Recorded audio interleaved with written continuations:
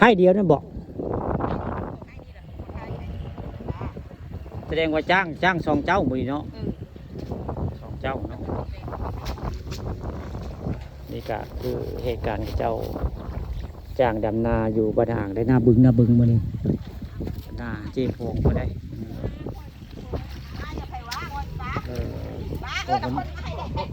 ไปว่างจากมากก็มาเด้อว่างงานละ200พี่น้อง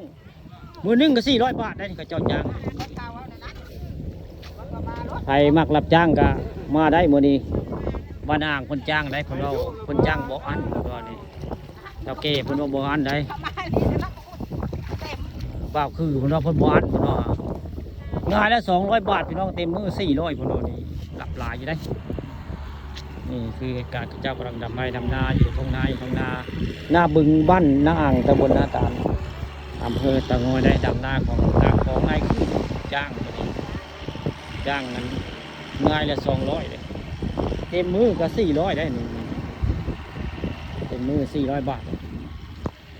วันนี้นางเกาะศิลาคนสวยเพิ่นมารับจ้างเป็นวันวันอาทิตย์นี่เพิ่นไปขายของอยู่ตลาดตะงอยได้ตลาดของผมตะงอย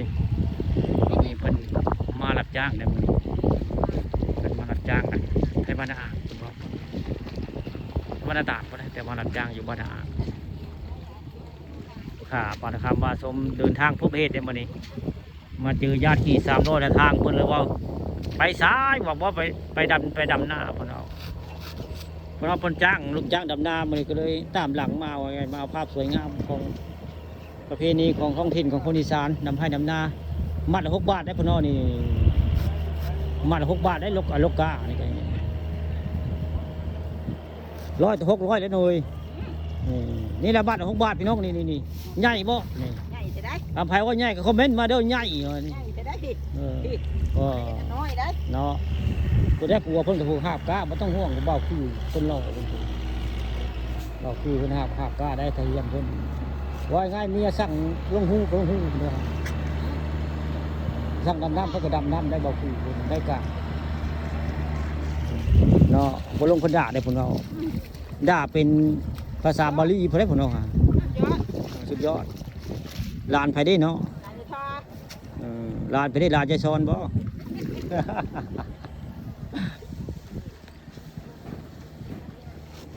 อันนั้นเป็นเจ้าหนึ่งนะเจ้าหนึ่ง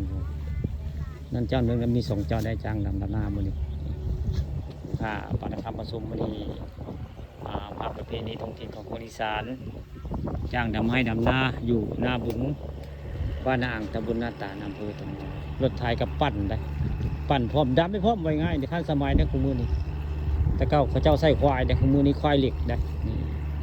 ควายเหล็กมาจากญี่ปุ่นได้ควายเหล็กมาจากญี่ปุ่นได้เขาเจ้าบริใส่ควาย4 ตีนที่เก่าได้อัน4 ตีนจะหมุนได้ไว้ง่ายนี่ละที่การเขาเจ้าดำให้ดำนาอยู่นาบึงบ้านนางตำบลนาตาลได้นาในคือโดนนางโผล่จ้างดำนาวันนี้ง่ายละ200 บาทเต็มมือ400ลูกค้าปานคำมาชมวันนี้เอาภาพบ้านนางดำให้ดำนาอยู่นาบึงบ้านนางตำบลนาตาลอำเภอเต่างอยวันนี้อากาศเย็นแต่ไม่ลมพัดเลยเดือนแจ้งแต่ว่าอากาศบ่ร้อนเนี่ยผมเนาะอากาศเย็นเนี่ยวันนี้เดือนแจ้งอยู่แต่เว้นนี่จึงครึ่งอยู่แล้ววันนี้รถไทยเพื่อไทยได้รถไทยกับไทยเพราะรถไทยปั้นกับพ่อปั้นง่ายให้ดำมันดำคาดว่าสิบพวกเลี้ยวหนึ่งคนลายนี่คนใช้ยังเต็มมืออยู่บนที่เรียกก่อนเวลาพระเจ้าดำให้ดำนาอยู่บ้านนาตำบลนาตาล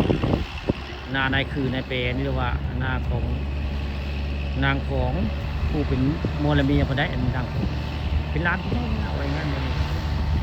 ค่ะปานคำผสมก็เลยมาภาพเหตุการณ์เจ้าดำให้ดำนาอยู่หน้าบุญบ้านอ่างตำบลนาตาล